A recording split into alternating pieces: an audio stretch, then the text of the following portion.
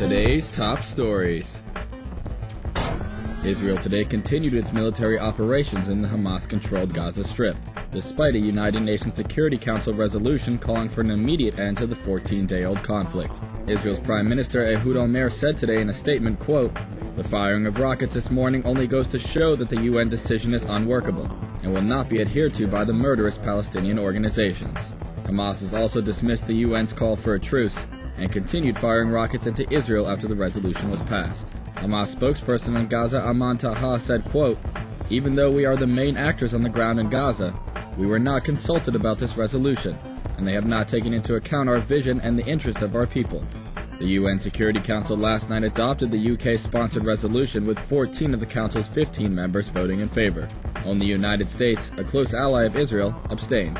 U.S. Secretary of State Condoleezza Rice said that the U.S. first wanted to see the outcome of the Egyptian-sponsored ceasefire proposal, but commended the UN text as a step in the right direction. Iran's Majlis Speaker Ali Larijani yesterday slammed the truce plan proposed by Egypt and France as honey injected with poison, and said that it would not help protect the rights of Palestinians. U.S. Army General David Petraeus, head of the U.S. Central Command, said yesterday that the U.S., NATO, and Iran share a common interest in bringing about a stable Afghanistan. Speaking at a conference in Washington on the foreign policy challenges that will face U.S. President-elect Barack Obama, Petraeus said, "Aside, there are even common interests between Afghanistan, the coalition, and Iran, though there are also major conflicting interests, needless to say." He also added that Tehran was a little bit confused on Afghanistan, noting that Shiite Iran did not want the Taliban back in power, and that it wanted the Afghan narcotics production trade to be reduced.